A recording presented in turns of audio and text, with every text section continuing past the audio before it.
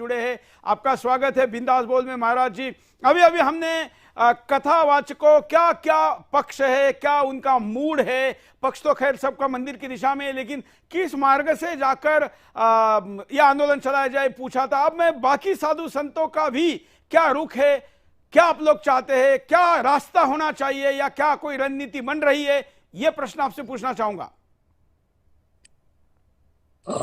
सुरेश जी, आपका बहुत बहुत धन्यवाद।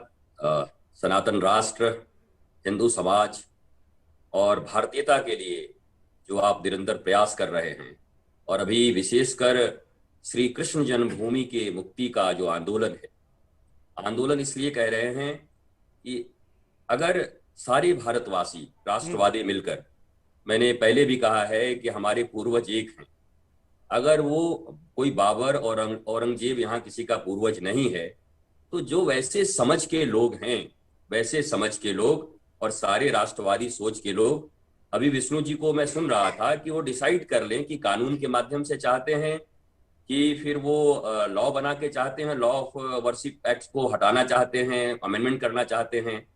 लेकिन उचित तो यही है, मैं बार बार यही प्रश्न करता हूं कि अगर मक्का मदीना के लिए ऐसा ही प्रश्न वहां उठे तो शायद वहां टीवी पर किसी को आने नहीं दिया जाएगा। वेटिकन सिटी के लिए अगर आवाज उठे कि वो हमारा उनका है कि नहीं है, तो ऐसी डिबेट ही नहीं होगी।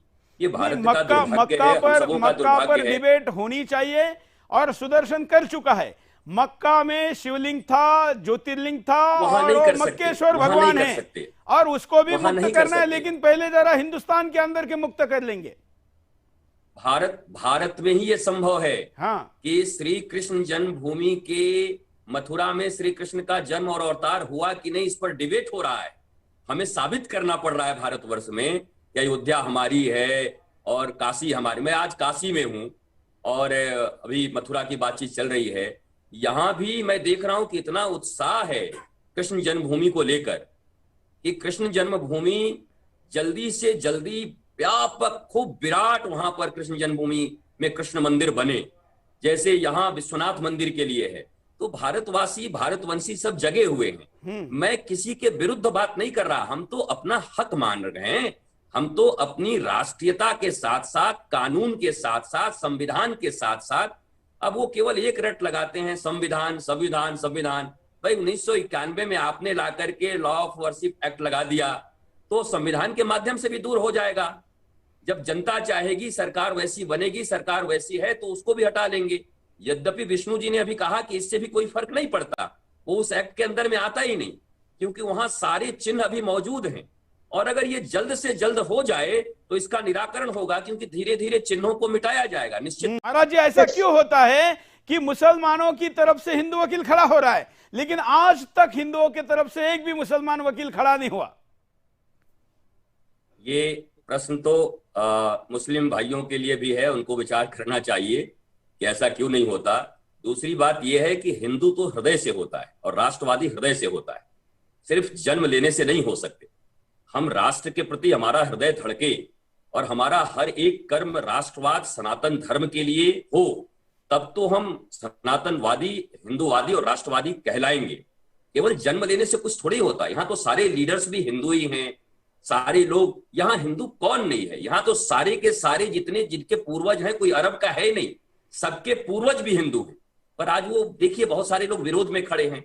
इसका कोई मतलब नहीं कि कौन विरोध में खड़ा है, कौन पक्ष में खड़ा है। श्री कृष्ण जन्मभूमि मथुरा श्री कृष्ण से पहचानी जाती है पूरे विश्व ब्रह्मांड में, और ये सनातन धर्मियों का है। और ये सबका, विष्णु जी बैठे हैं, महेंद्र बैठे हैं हमारे साथ, और ये बड़े काबिल लोग हैं और एक बड़ी काबिल लीगल टीम है, लगी हुई है। सारे संतों को भी, सारे संतों को मैं तो द्वार द्वार जाकर के हाथ जोड़ के भी जाऊंगा कि सारे संत एक साथ मिलकर आवाज उठाएं, समाज एक साथ आवाज उठाए। मुझे लगता है कि लोकतांत्रिक देश में बहुमत का ही सब कुछ सुना जाता है, और अगर बहुमत इसके पक्ष में खड़ा होगा तो अब 492 साल नहीं लगेंगे, अब 500 साल नहीं लगेंगे। अब तो कहा उन्होंने, विष्णु जी ने, कि 1.5 साल काफी है। मुझे लगता है कानून से ही लेना है, और हमारे जैसा शांति प्रिय कौन होगा, हिंदुओं के जैसा, सनातनवादियों के जैसा। हम कानून की बात करते हैं जो तोड़ा गया है। ये सब मुझे लगता है कि इस बार भगवान की कृपा से और भारत राष्ट्र के जागरण से और आप जैसे लोगों की जागृति से लेकिन महाराज जी, ये मैं कार्य बहुत जल्दी थोड़ा होगा। सा एक पॉइंट जोड़ करना चाहता हूं। केवल कानून से ही, रास्ते से ही लेना है, यह भी नहीं कहना चाहिए। कानून को एक तय समय सीमा में समय देना चाहिए कि हम 1.5 साल 2 साल कानून के रास्ते से प्रतीक्षा करते, अन्यथा रास्ता देखेंगे।